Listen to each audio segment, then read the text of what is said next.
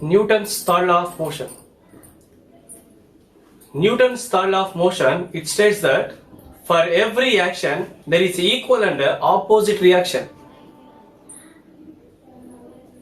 So Newton's third law of motion will give the relation between the forces among themselves.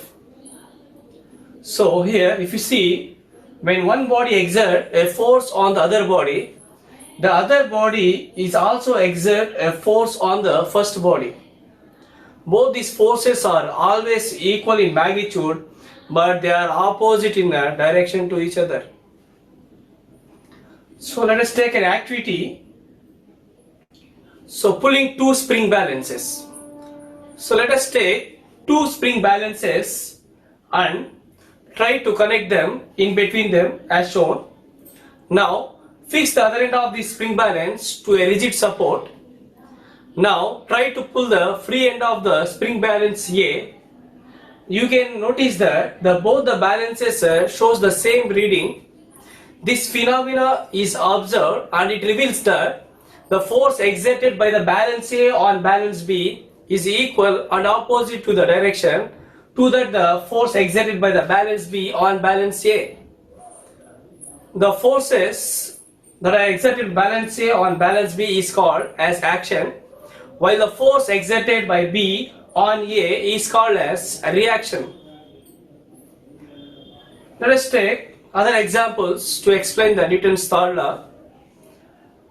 For example, let us consider if you hit the wall with your fist, even the wall hits your fist with the same force, but this force we can feel like a pain. So if a porter lifts a heavy load on his head, so this load presses the head downwards and the head pushes the load in the upward direction. So here these forces are equal in magnitude but opposite in the direction. Let F1 be the force applied by the load on the head. Similarly, F2 be the force applied by the head on the load. So let's take some more examples to understand the action and reaction pace. Let us see the boat flying in the air and the fish swimming in water. When the bird flies in the air, their wings pushes the air downward direction, which is considered as action. In terms, the air pushes the wings in upward direction, that is in opposite direction, that is considered as a reaction. So both these forces are equal in magnitude and opposite in the direction. Like when the fish swims in the water, so this fish pushes the water in a backward direction and water pushes the fish in the opposite direction and hence it moves forward. So these both the forces are equal in magnitude but they are opposite in the direction. So let us consider one more activity. So balloon rocket activity. So in this activity, take the balloon and inflate the balloon with air and place it on the straw and thread arrangement and tape the balloon. Now ask your friends to hold the thread on either side of the straw. Now fix the balloon to the straw with the sticker tape. Now release the air from the inflated balloon by holding its neck part. We will observe that the air will escape out of the balloon but it does not move from the place. Do the same activity when the balloon is free. Now take the balloon and inflate the balloon. Now tie its neck. The balloon is tight and air inside it exerts the force on the walls of the balloon equally in all directions.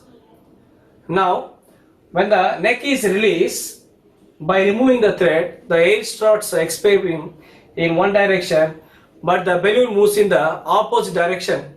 That is, while escaping, the air inside exerts the net force in the opposite direction, causing the acceleration in the balloon in the forward direction. Conservation of momentum and impulse. Statement of this conservation of momentum is the total momentum of an isolated system remains constant if there is no external force acting on the body. Let two bodies A and B will collide with each other. The initial moments of A and B are PA and PB respectively.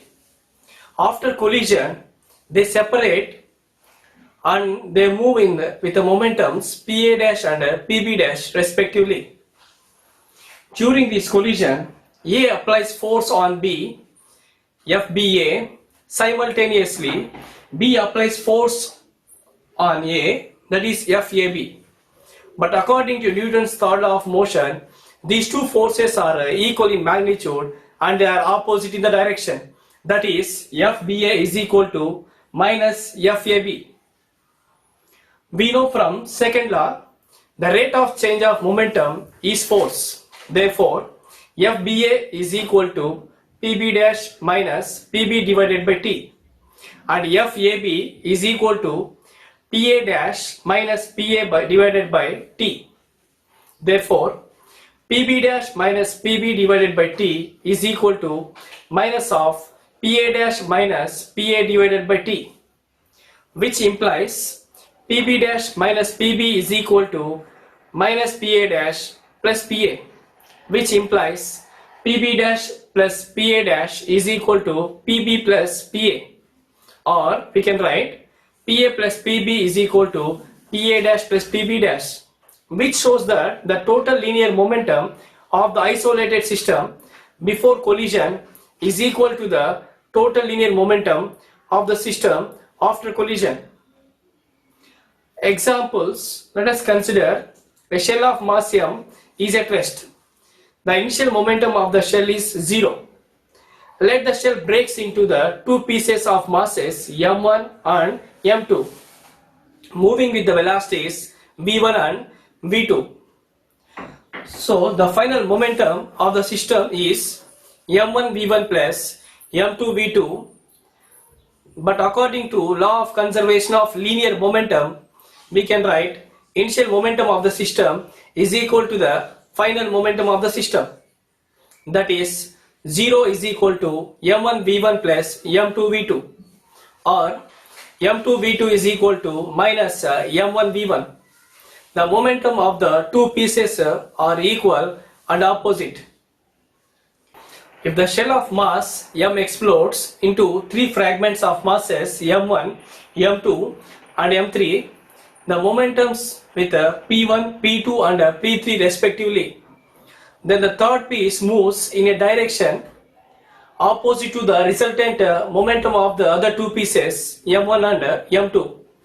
The resultant momentum of the two fragments is shown by these dotted lines in the figure. As you can notice, the third fragment moves in a direction opposite to the direction of the resultant. Also, the magnitude of the third fragment momentum is equal to the magnitude of the resultant momentums of the other two pieces, those m1 and m2. Since according to law of conservation of momentum, p1 plus p2 plus p3 is equal to 0. As the shell is at rest, its initial momentum is 0. Therefore, we can write p3 is equal to minus of p1 plus p2. So likewise we can write, let us see now the motion of the rocket. A rocket consists of a chamber in which the fluid is burned and the gases are escaped with the tremendous speeds through the narrow openings of the rocket engine. The expelled gases imparts a downward momentum, causes the rocket to recoil continuously in the upward direction. Similarly, if we consider motion of a jet plane, when high-speed gases are ejected through the nozzle of the jet plane, the rear of the combustion chamber of the engine, so the jet plane is pushed forward due to the reaction of the plane, as you can observe. Similarly, the recoil of the gun, when the gun is fired, the powder ignited and is quickly transformed into the gas at tremendous pressure. Because of this pressure, the bullet is fired out of the barrel with a great speed, so the momentum is imparted through the bullet in the forward direction. According to third law, the bullet in turn imparts equal momentum on the gun in the backward direction. Therefore, the gun recoils back. Let us take the next activity, dropping the eggs. Take two eggs and drop them from the same height in such a way that one egg falls on the floor, the other egg falls on the cushion of pillow. So here you notice that the egg which is dropped on the concrete floor, it breaks, whereas the large force acts on the egg for the shorter interval of the time. The egg which is dropped onto the cushion pillow does not break because here you can see a smaller force acts on the egg for the longer time. So here delta P is same in both the cases, but the magnitude of the net force acting on the egg is different. So let us take one more example about the impulse. In the game of cricket, we will experience that it is very easier to catch the fast moving ball by pulling our arms in the backward direction. So here there is an increase in the time during which the velocity of the ball decreases to 0. Here the acceleration of the ball decreases as we see that the impact of the fast moving ball on the hands of the player is also less.